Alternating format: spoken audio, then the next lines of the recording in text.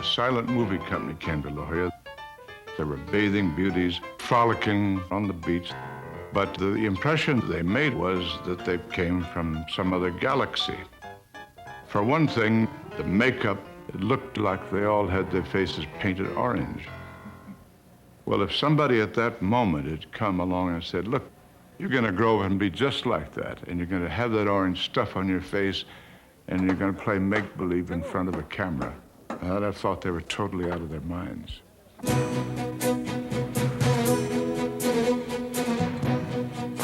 But this is what I've been doing for about 40 years now, on a lot of locations in a lot of different parts of the world, and I love it.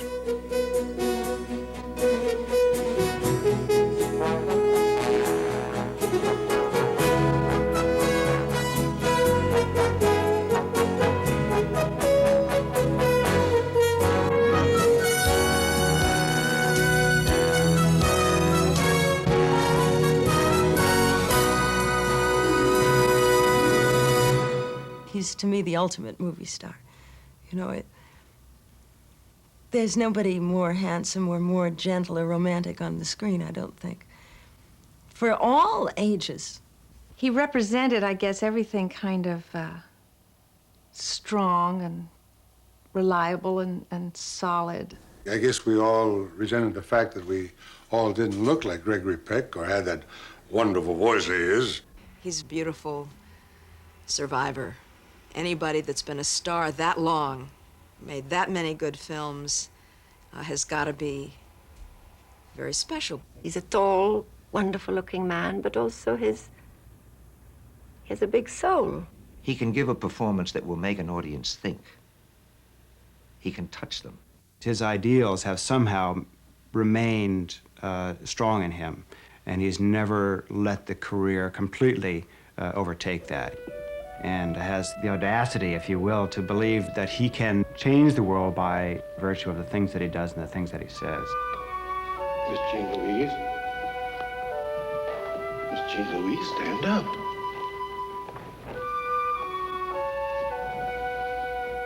Your father's passing.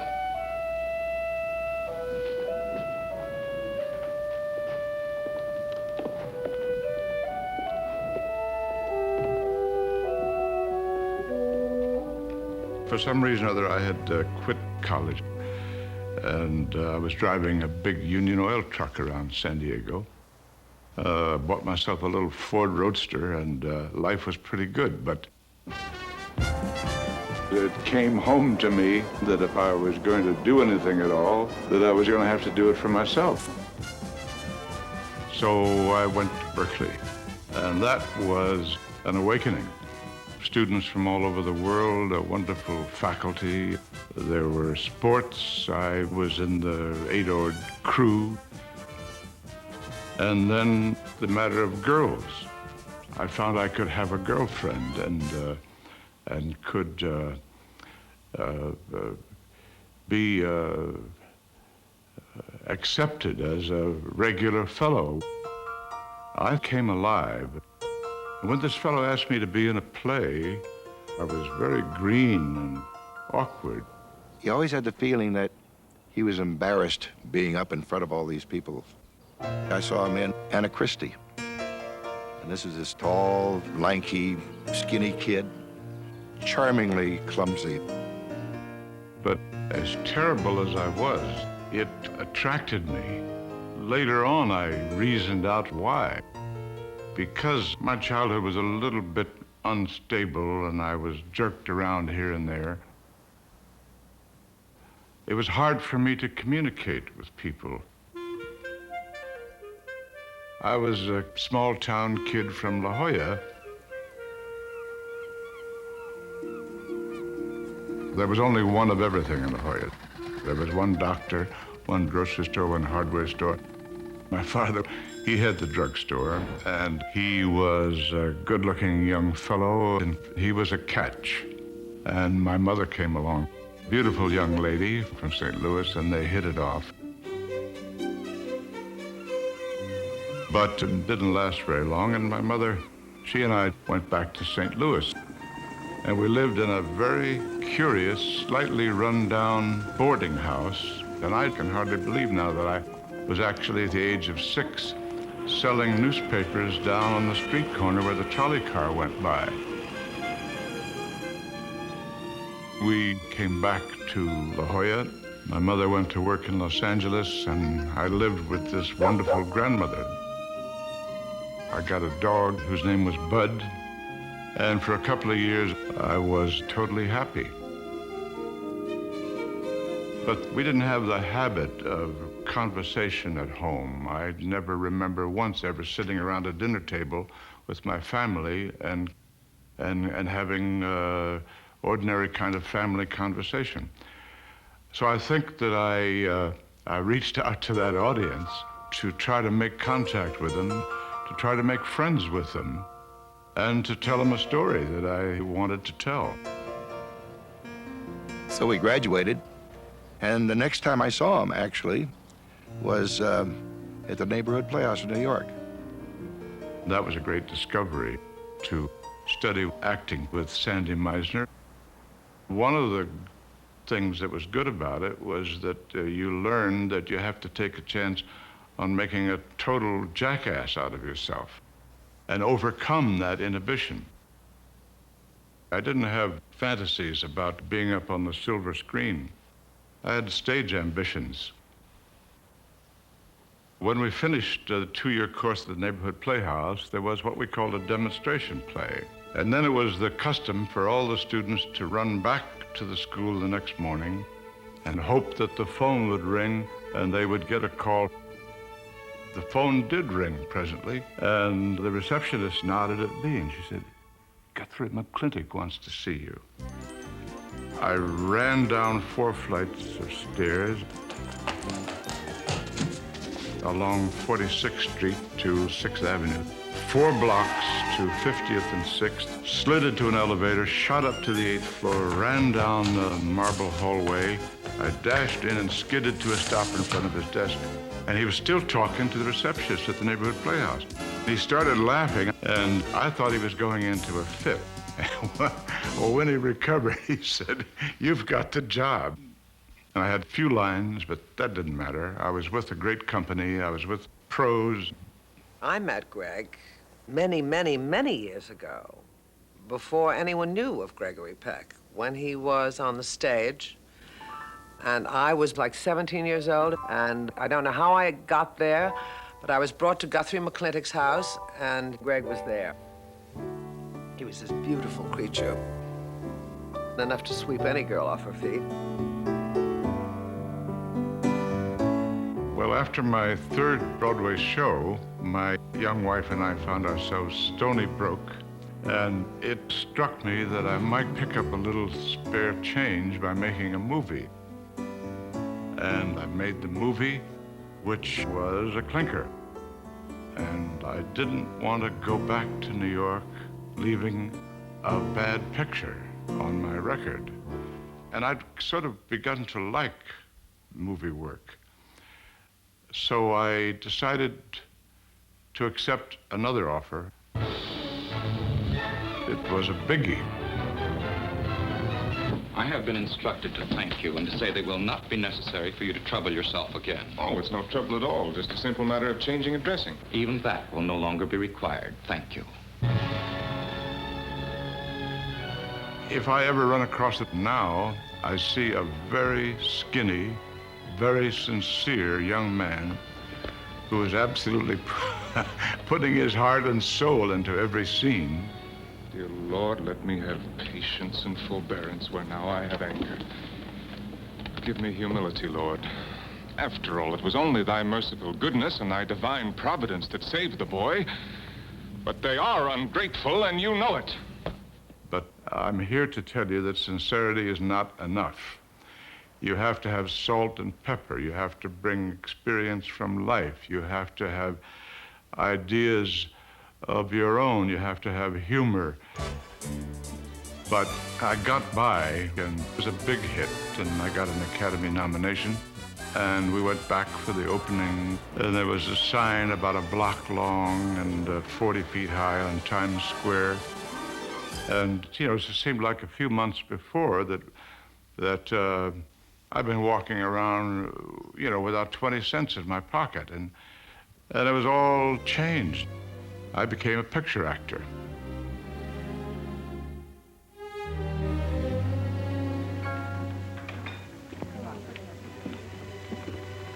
I think you know everyone here, Dr. Edwards.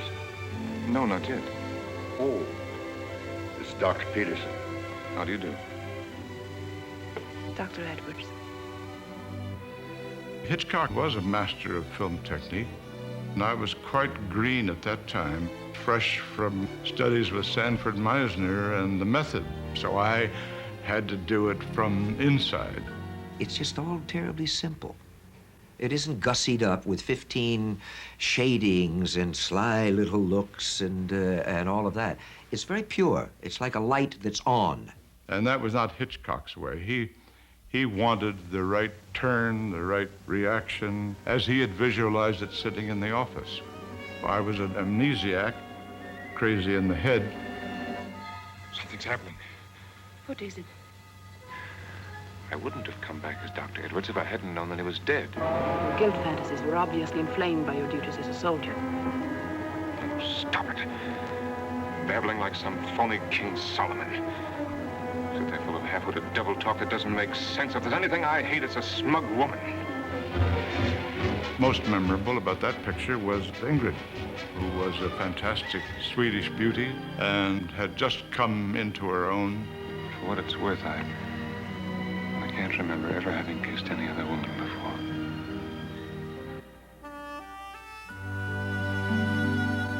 In most cases, the role that he was playing, the kind of solid, honest man, is pretty close to the truth.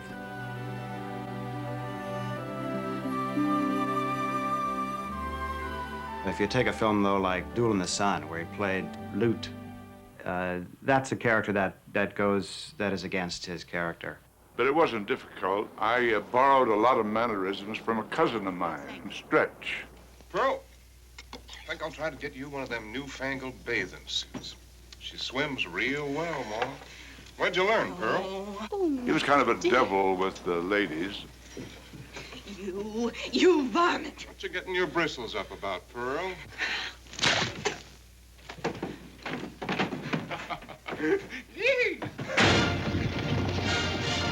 Basically, it's play acting when you do a Western. It isn't too far from the playing you did out in the backyard when you were a kid, playing the good guys and the bad guys. Why don't you leave this one alone? What's the matter, Judge? You got her earmarked for yourself? Aside from the fact that I was playing a rascal, I worked on horsemanship, and I had a wonderful teacher, Ralph McCutcheon. And he taught me a lot of trick mounts and dismounts, and I was pretty nimble in those days. Come on, push. Whoa. Give me a good push. Jennifer Jones had just played Saint Bernadette, and I had just played a saintly young priest. Selznick had a lot of mischief in him, and I think he got a kick out of putting these two in roles that were a little bit raunchy for that time. I never thought of him as evil, although he did shoot his own brother, forge checks, gamble, and didn't really treat Jennifer as a gentleman should. I think the audience rather likes bad guys because they come up with surprises. And in a way, they're easier to play. The real trick is to make a character who has got all the noble virtues interesting.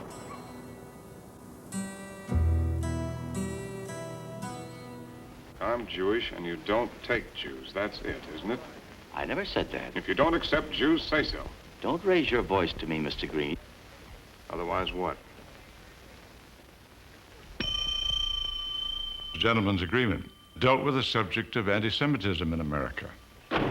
Everything was not so perfect when people, because they happened to be of one religion, were shunned or had to suffer from prejudice. These things are not characteristic of the best of America. And we went at it hammer and tong, dealing with an area where we could stand some improvement. You really do think I'm an anti-Semite? No, I don't, You Kathy. do. You've thought it secretly for a long time. No, it's just that I've come to see that lots of nice people who aren't, people who despise it and detest it and deplore it and protest their own innocence, help it along and then wonder why it grows. People who'd never beat up a Jew or yell kike at a child. People who think that anti-Semitism is something away off in some dark crackpot place with low-class morons. That's the biggest discovery I've made about this whole business, Kathy. The good people, the nice people. Elia Kazan is a feisty, brilliant director, and I think there are times when he would have liked to have seen me punch a hole in the wall. Well, I showed my feelings in a different way. In a sense, he reminds me of Hank Fonda, because neither of them are known for the great explosive scene. They give a simple overall performance, and believe me, simple is not only better, it's more difficult. I tried not always just to walk on as myself. I tried to characterize, and I think I have somewhat. But I've always been aware that what the audience wants to know about is really you. How you cope with the situations that are given to you. Even if you're playing a character very far from yourself and wearing a beard and a putty nose and using an accent, they're interested in the person, I think, more than they're interested in the skillful actor. So you try to be both. I think I was about 34. I went and had a talk with Henry King and Darryl Zanuck, and I said, I think I'm a bit young to be a general. Henry said, no, I know what you can do, and you trust me. Now, I don't have a lot of patience with this what are we fighting for stuff. We're in a war, a shooting war. We've got to fight. And some of us have got to die. I'm not trying to tell you not to be afraid. Fear is normal. But stop worrying about it and about yourselves. Stop making plans. Forget about going home. Consider yourselves already dead. This was a fellow who would stretch himself to the limit and then beyond. What's the matter, sir? I don't know. Are you sick, sir? Arm, something wrong. It won't work. Stop it! Stop it! I'm right here, Frank. It's okay. It's all okay. Oh, the tower! Fire! Where's the key? Where's the key? Maybe my mother and father decided that I was having too much fun in La Jolla, or that I needed discipline. So they shipped me off to Catholic military boarding school. That took a big adjustment. From the moment we got out of bed in the morning, we knelt down to our prayers. We marched to the wash basins and brushed our teeth in unison. And then when they laid the military on top of us, they really had us coming and going. One of the things that you didn't do there was quit anything once you'd started. You went to the finish.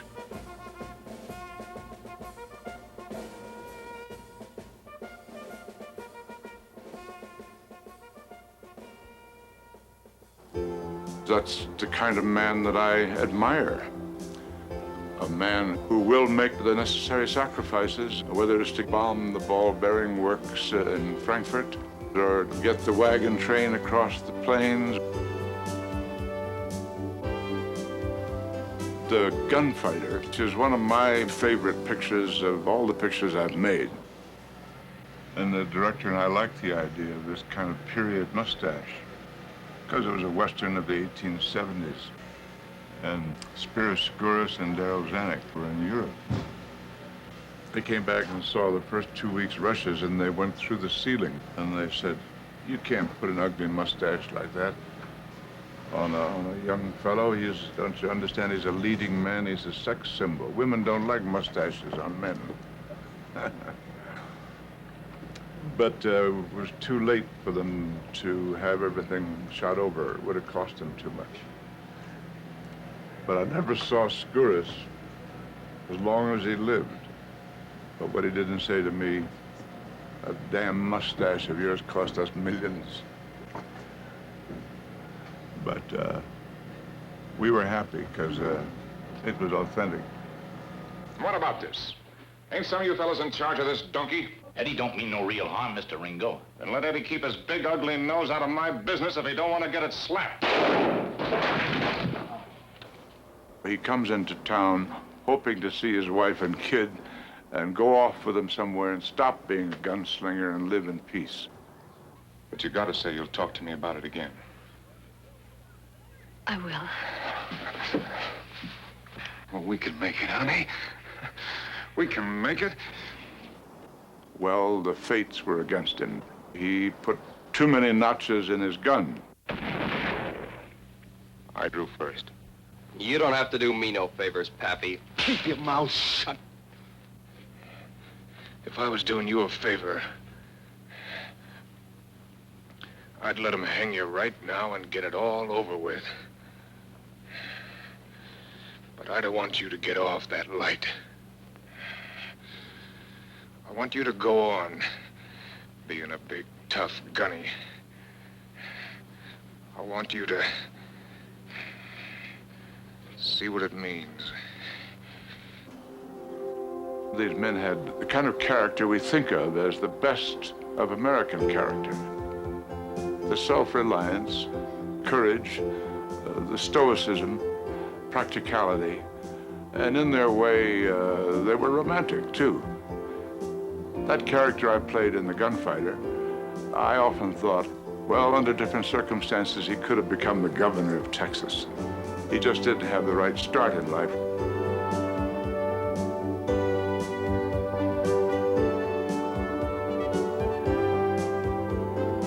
I first saw Gregory Peck when he was making Captain Horatio Hornblower. Fires or guns bear?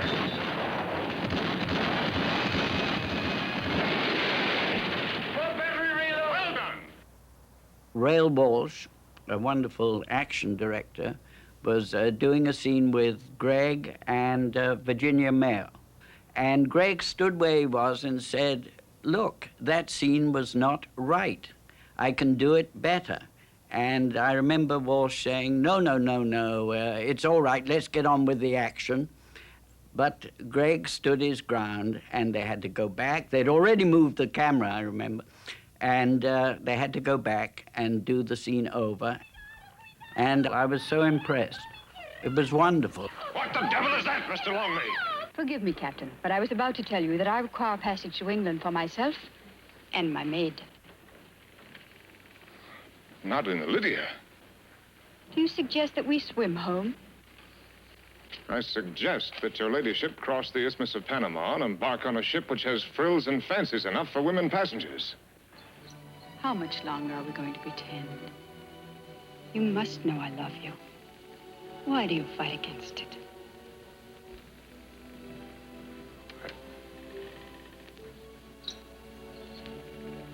I'm married, Lady Barbara.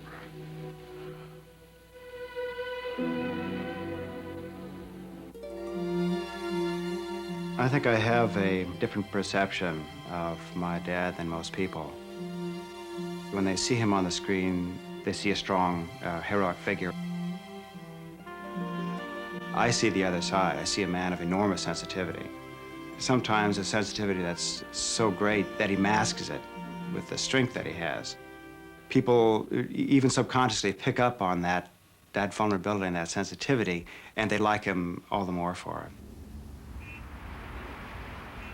I owe Greg a great deal, if not everything, because Stars had approval of script and also approval of co-stars or co-actors.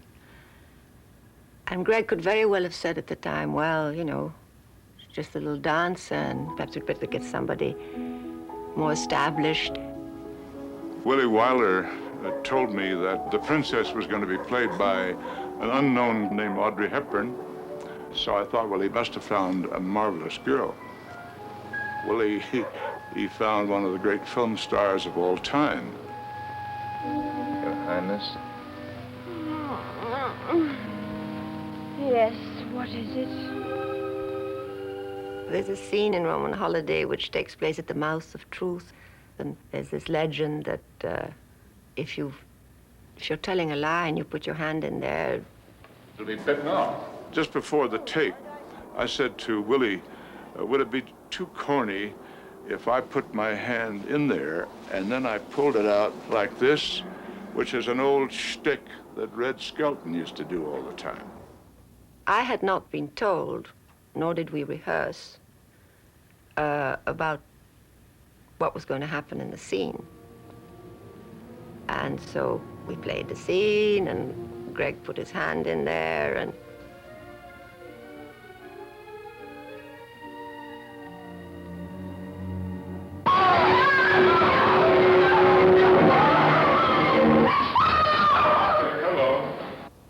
and the scream I let out was good and proper because it was very funny, but it was also very scary.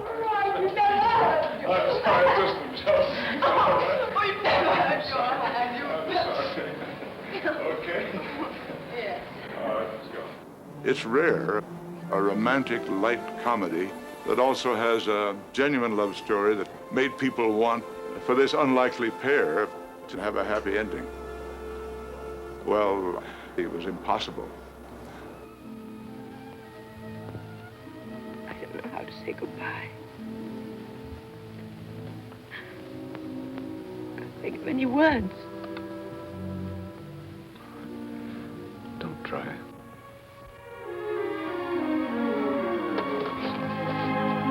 Still, you go out with a feeling that we're both better off for having had this brief romance. There's something lovely which William Wyler told me not very long before he died. He said, did you know that Greg, during the picture, insisted that you be co-starred with him rather than my name being under the title? I don't know if people realize with what generosity he did that. My agent said, well, why should you do that? I mean, you've worked for years for this. And I said, George, don't think that I'm being so all-fired generous. This girl is so great, she'll probably win the Academy Award in her first performance, and I'll look like a damn fool if my name is up there on top of the picture by myself. So in my first picture, not only was I co-starred, but there was an enormous gift which he gave to me. Apart from being in a beautiful movie, it gave me an Oscar. Which of the cities visited did Your Highness enjoy the most? Each in its own way was unforgettable. It would be difficult to... Rome. By all means, Rome. I will cherish my visit here in memory as long as I live.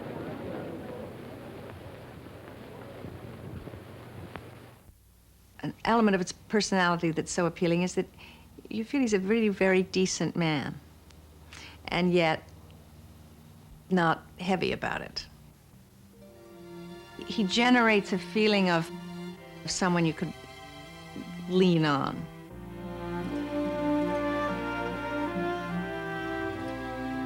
The most wonderful thing that has happened to me is meeting Veronique and being married to her for 32 years. We're very much of a team. I consult with her. She's very imaginative, wise, and witty. Sometimes we're together 24 hours a day for weeks on end, and it may sound odd, but we like it that way. When you get to know Veronique, then you know a lot about Greg, too. Like at his birthday party. And I mean, you arrive at Veronique's home, and she opens the door, and she's got her hair pieces, and she's laughing at herself, and she's sort of, I can't even describe it. There's something about her that just takes your fatigue and goes, whew, and makes you want to have a good time. And we all stayed for hours, and everyone had a ball, and he and she danced together, and we're like kids. And you think, this is a happy couple. These are people who've never taken each other for granted, who have such enjoyment and pleasure and respect for each other. And that says a lot about who Peck is, that he and she are together, and that this kind of a relationship exists after all these years, and that their children are so close to them and love them and respect them so much. I mean, it says worlds. The gods were smiling on us. We were meant to be together. I've always been friends with Tony and Cecilia. And the friendship that I've seen between the parents and the children it's unusual. They treat the kids with respect, and they're great kids. Maybe I could have gone on playing the character in the Gunfighter or the character in Roman Holiday and developed it to the point where I could almost phone it in. He hardly took the easy road, and it worked for him.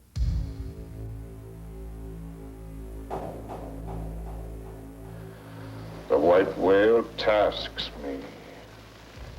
He heaps me. Yet he is but a mask. 'Tis the thing behind the mask I chiefly hate. Pledge yourselves, heart, soul, body, as I pledge myself. Death to Moby Dick.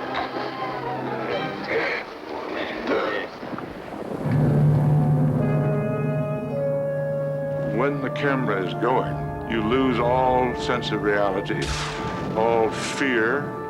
You lose your inhibitions. You become part of that little world that's going on in front of the camera. You know, you have to be a little bit crazy to be an actor.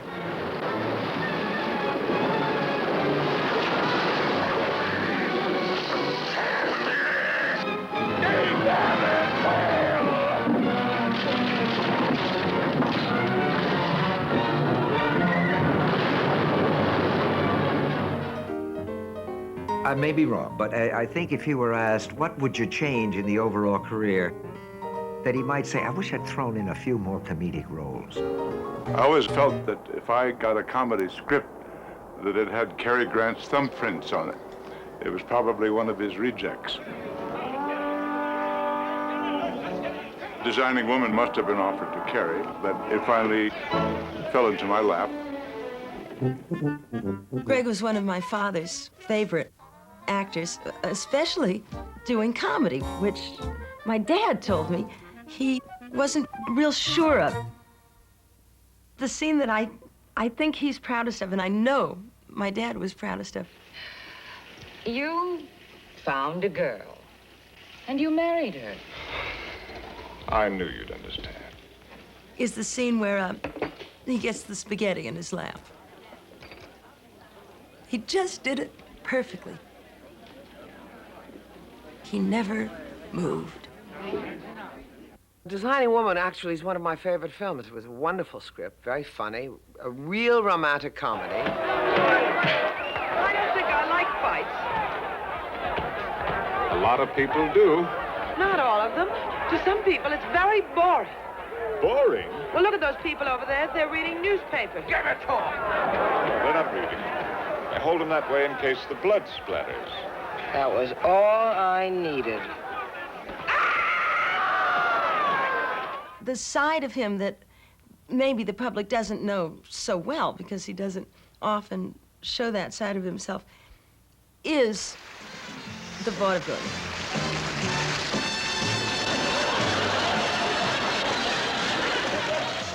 the man who loves music, who loves to dance, who loves kidding around, who likes slapstick comedy. He's a riot. I mean, 6 o'clock in the morning in a cold and dusty makeup trailer, the guy can make you laugh.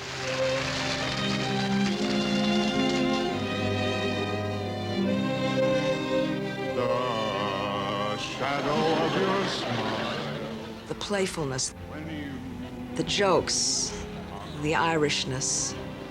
He has this sort of wry, offbeat humor. And like the dawn. I enjoyed almost more than anything I've done being on the Jack Benny show, doing an old-fashioned song and dance number with Jack and George Burns. That to me was the most fun I ever had performing.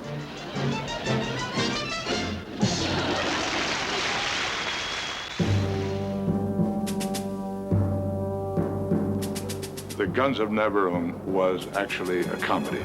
What these men did was incredible. The five of us overcame the whole Nazi army. Get up! The trick of it is to keep the audience believing.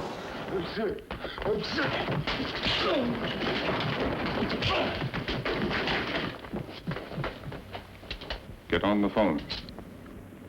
Tell them that you're not to be disturbed until you give further orders. Remember, I speak German. Perfect.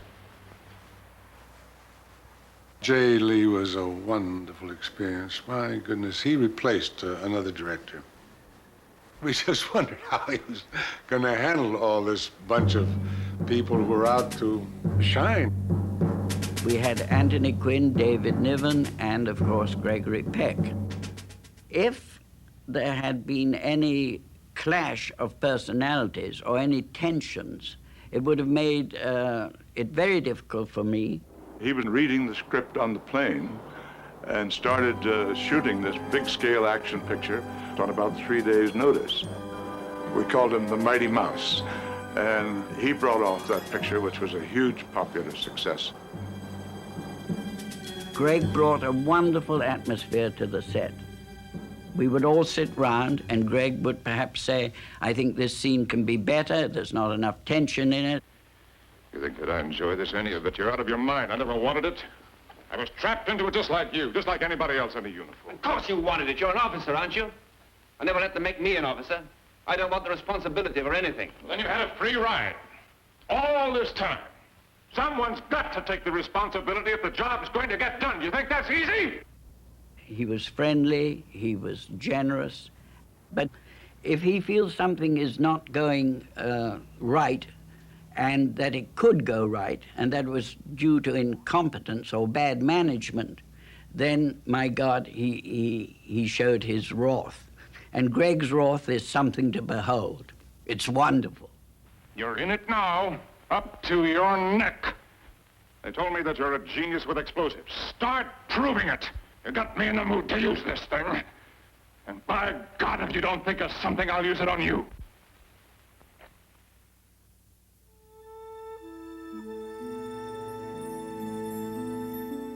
Almost from the first moment I met Greg and we talked about Atticus, you could feel him putting on the clothes May I see what? and the skin of Atticus Finch. Atticus, Jim says his watch is going to belong to him someday. That's right. Why? Well, customary for the boy to have his father's watch. What are you going to give me? There's a pearl necklace. There's a ring that belonged to your mother. And I put them away, and they're to be yours.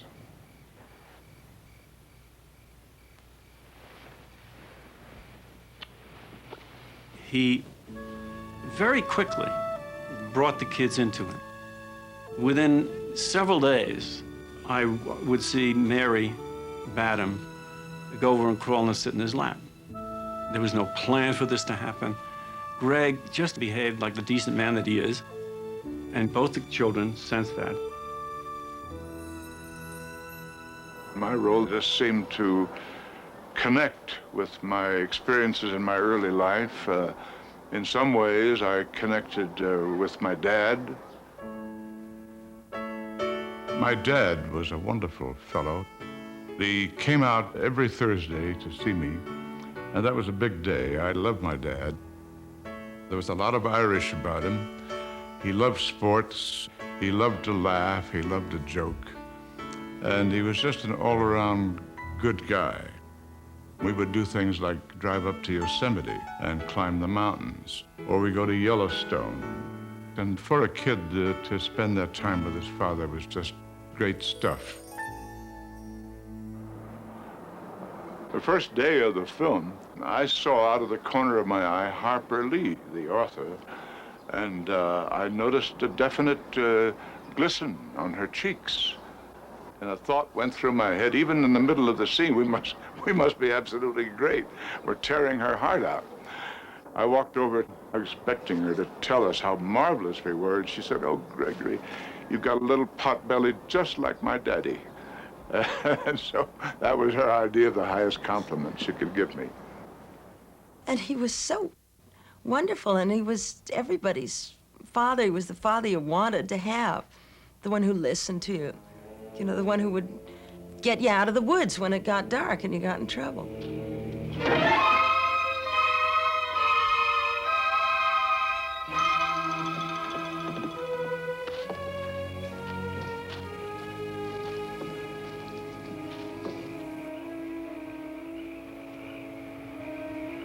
You nigger lover. It's a very special story about a very special man dealing with the black-white issue, the sense of racism, of injustice that went on in the South. Now, gentlemen,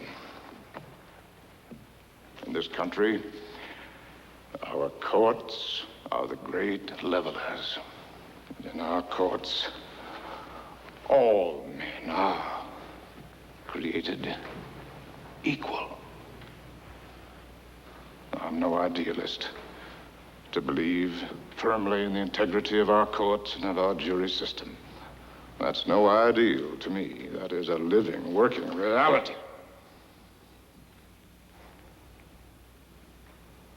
Now, I am confident that you gentlemen will review, without passion, the evidence that you have heard, come to a decision, and restore this man to his family.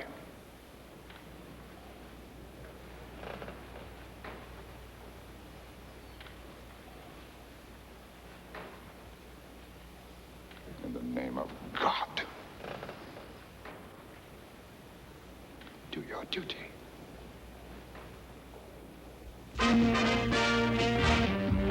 It's a royal affair in London for the English premiere of the universal hit To Kill a Mockingbird. And on hand is the movie star Gregory Peck. He accompanies Mrs. Peck, left, and actress Ava Gardner. To Kill a Mockingbird, of all the pictures that I've made, I've had the most kudos, plaques, certificates, and statues from that one. Awards in movie circles are the Golden Globes. The most glamorous affair in glamorous Hollywood draws a glittering crowd. I was up for Days of Wine and Roses. Greg was sitting smack behind me, and they announced, Now, the winner is Gregory Peck. he stood up and he started down the aisle. He stopped, and he looked down, and he put his hand on my shoulder, and he squeezed it, and he looked at me, and I knew what he was saying. Mr. Peck wins his first Oscar for his outstanding portrayal of the lawyer in Universal's To Kill a Mockingbird. The ability to think of somebody else speaks a lot of the man. It was a moment I will never forget. Thank you, fellow Academy members. Thank you, Harper Lee. He cares. And his status and his stardom, if you will, sit on him very easily. He hasn't ever, I imagine, ever really changed from who he was as a young man before this amazing success took over. This man dares to do things which are not endearing or popular? I was in London, and the Daily Express came out with a headline that Gregory Peck and I think, maybe Paul Newman declared enemies of Nixon. The first call I got was from my mother. She said, "Son, what is this? Are you an enemy of the United States?" I said, "My God, no. Somebody, I guess, in the Nixon administration doesn't like me." By producing a film, I had taken a position against our involvement in Vietnam. If he believes in something deeply, he stands up and plants his feet and says, "I'm here." I suppose that's one of the reasons I admire him so much, because he believes in what he believes in, and nobody makes him stray from that belief. The idea that we were destroying a people in order to try to democratize them finally became a nightmarish reality. The Catonsville 9 was probably the strongest and most outspoken statement against our continued involvement there that was put on film. At the same time, I felt very proud that one of my sons spent a year in combat there as a Marine lieutenant, served his country, and thank God came back safely.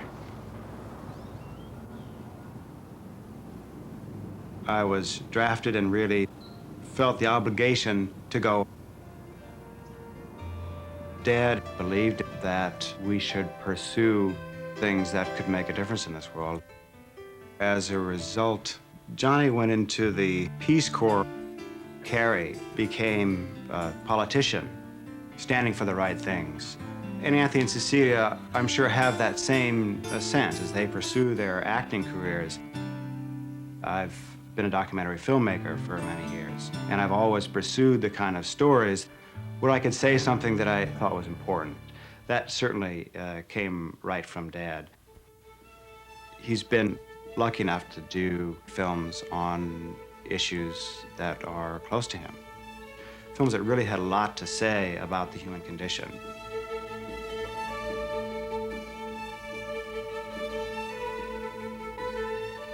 The night before we started shooting, I'll never forget, he sent me roses. He sent me 24 pink roses with a lovely little note saying, "At last we get to work together and in such a jolly little subject." Ha-ha, because it was The Omen. What's the matter, Damien? Oh, it's just a church, that's all. Mr. Ambassador, welcome, sir. Good morning.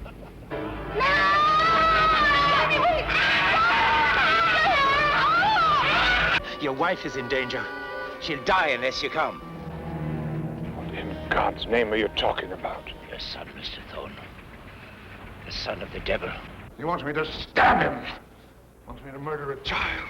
It's not a child. It's insane. I won't have anything to do with murdering a little boy. He's not responsible. I won't do it. Tom?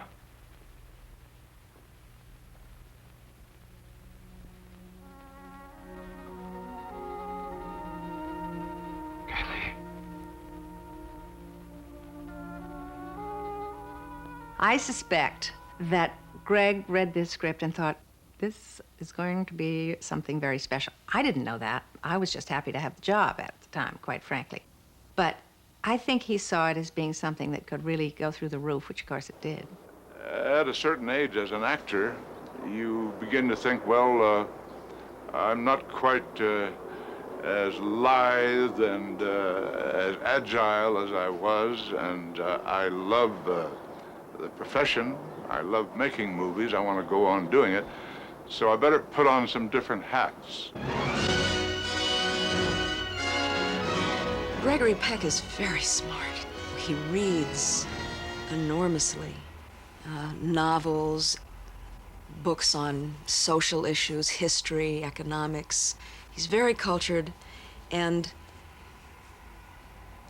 Added to that are the instincts of a really good actor, the observer of human nature. Sir, that is a direct order from the President. And that is part of a dangerous concept, that men of the armed forces owe their primary allegiance to these temporary occupants of the White House, instead of to the country and the Constitution we're sworn to defend. I have a feeling he would prefer to act a character that's very different than him, because it would offer him an opportunity to understand a very different kind of person. Today marks my final roll call with you.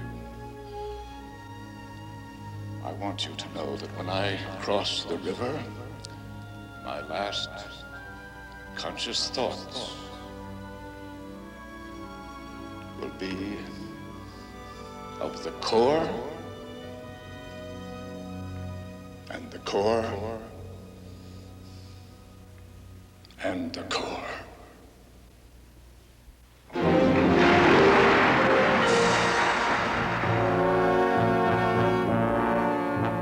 I saw one of the most courageous pieces of acting I'd ever seen Greg do when he played The Boys from Brazil. Where he played Joseph Mengele, one of the most evil men who ever walked the face of the earth. And I think he loved playing that. Mengele was a loathsome rat killer. One of the most despicable characters in history. I really couldn't get very close to him emotionally, so I resorted to a lot of technique in that. I had a horrible little mustache that seemed to grow out of my nose, so I cut my hair back an inch. I dyed it black, and I went at Mengele to make him as hateful as I could. Supposed to be in Christian start getting ready to kill Oscarson. Traitor!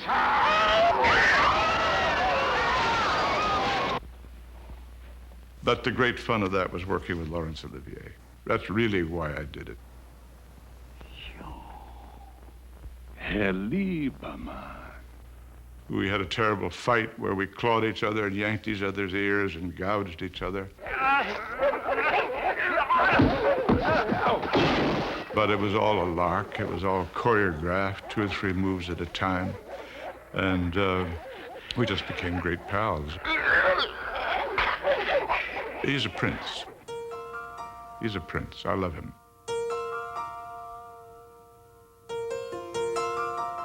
He is interested in his friends.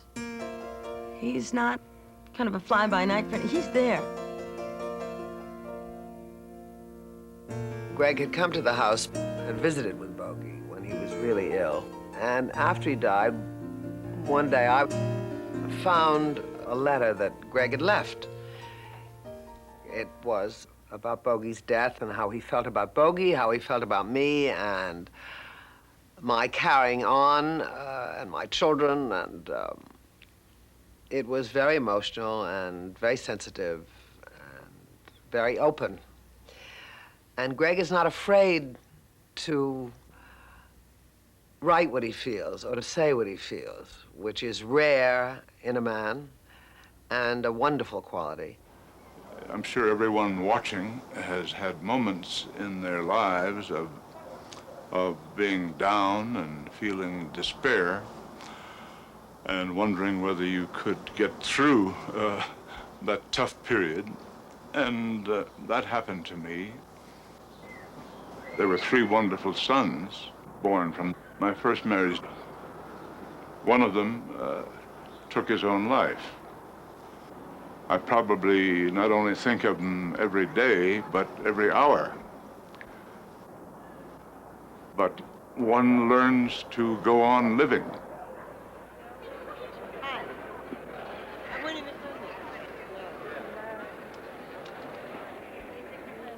As I look back, I've gone to all those premieres and I've met everybody.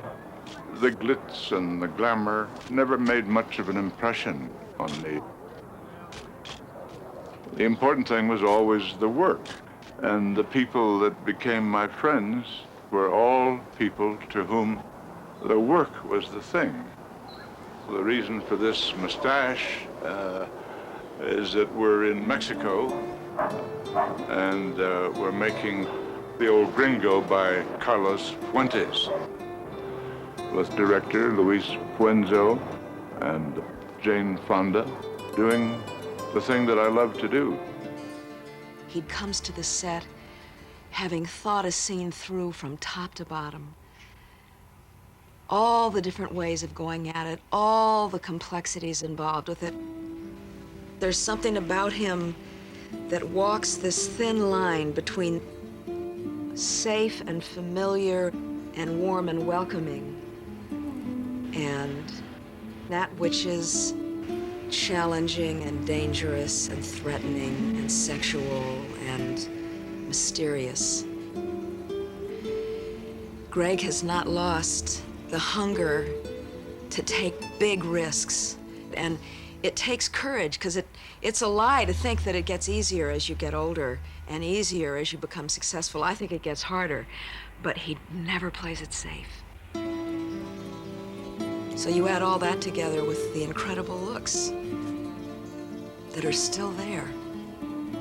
Just such a handsome man who doesn't worry about his looks, doesn't act like someone who cares about it, and tall and lanky and suave and likes beautiful women and likes to smell pretty things and likes a nice shape and admits it, and he's a man.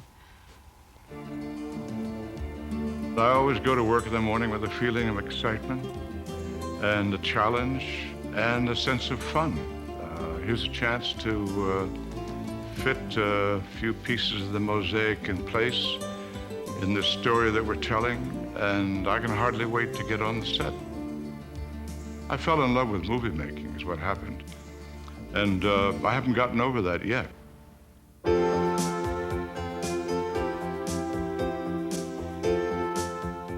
Gregory Peck is, perhaps more than anybody I know, totally genuine. And I think everything comes from the inside, whatever part he does. And I think he'll always be remembered for being so real as a human being and as an actor.